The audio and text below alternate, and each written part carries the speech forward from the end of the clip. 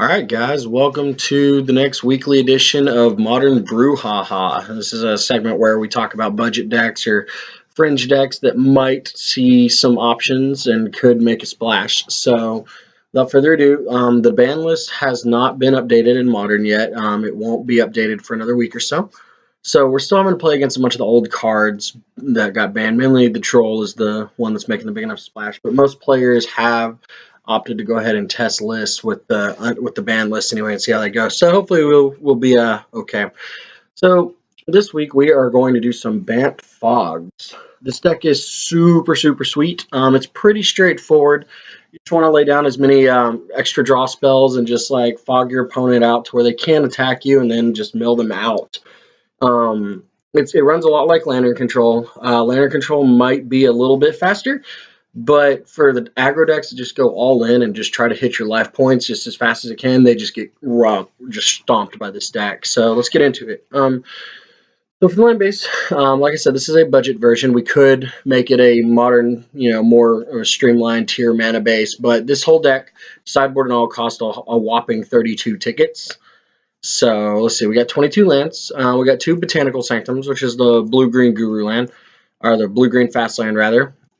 We've got 2 Glacial Fortress, the blue-white Buddy land. We got 2 Hinterland Harbor, the blue-green Buddy land. 2 Razor Ridge Thicket, the green-white Scars Fast land. And 3 Sun Petal Groves, which is the green-white Buddy land. And then we've just got 5 plains, 3 islands, 3 forests.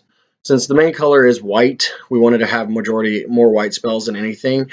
I've thought about going up another blue spell just because we do have a couple of double blue spells in here, but another blue land, but whatever, to each his own. So the whole point of the deck is it's called TurboFogs for a reason. We've got 20 spells that prevent combat damage for the turn. We have 4 Ethereal Haze, 4 Holy Days, 4 Fogs, 4 Angel Songs, which can also be cycled.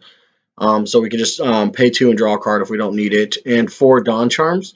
Those are all of our fog effects. So we have 20 spells in the deck that do fogs. As far as our draw extra cards and just kind of keep the engine churning, we have 4 Howling Mine, which is each player draws an additional card each turn. And we don't actually care if they draw extra cards or not, because essentially we're trying to mill them out, and that also does a fine job of it. And if we're going to keep them from attacking us anyway, they can play all the creatures they want.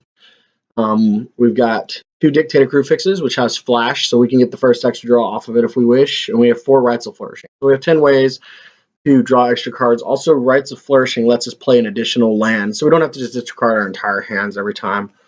And then we've got 2 Witchbane Orbs for those Planeswalkers we can't deal with main board that want to deal direct damage to us, or the Hand Disruption. We can just, Witchbane Orb. And also, this is a sneaky win Game 1 against Burn decks, Burn is actually our roughest matchup. We have 2 Supreme Verdicts main board. Just in case we don't draw fogs, we can just kind of destroy the creatures and wipe the board and rinse and repeat and just kind of catch up a little bit. And then we've got 4 Sphinx's Tutelage. This is our win condition. We want to just draw a bunch of cards every turn and mill them out. And we do have Elixir of Immortality in the main, just in case, that way we don't deck ourselves out. We can play Elixir, pop, put all the fogs back into our library, and just keep going and out attrition them. So let's get into the sideboard. I told you Burn was our worst matchup. So I've got 3 Dragon's Claws. Whenever a player casts a red spell, we gain 1 life, just to kind of hedge that out a little bit. We've got 2 Pithing Needles for like Lilianas or Chandras or Koths, or just Planeswalkers that we don't really have a shot to deal with. We can just bring in the extra hate. 3 Relic of Eternatus for Dredge and those Emrakul decks. In response to Emrakul's trigger going off, we can exile the whole yard. And then 2 Detention Spheres for just indestructible creatures like Eldrazi's, kind of things like that, just that try to out-tempo us. And so our control package, we've got 1 copy of Jace Memory Adept and 1 copy of Kiora the Crashing Wave, because control has a really hard time dealing with Planeswalkers, and Kiora is a target fog, or, if we get our emblem, we should just win. We get a 9/9 blue Kraken at the beginning of our end step every turn. And so we also have 3 Naturalizes. So I know Nature's Claim is a strictly better spell overall, but the reason we have Naturalizes is for when they go Chalice of the Void on 1 to stop our fogs, we need to be able to answer those, and Nature's Claims gets hit by the Chalice on 1. So Naturalize on 2 is kind of an outlet for that. And it also, hits things like Blood Moon and Oblivion Rings and things of that nature. So, I mean, the 2 mana is not really, much of a difference in the one anyway. So, and like I said, we'll bring in Detention Spheres and things of that nature for chalices as well. Okay, well, the deck is primed and tuned. Let's go ahead and get into a league and see how it goes.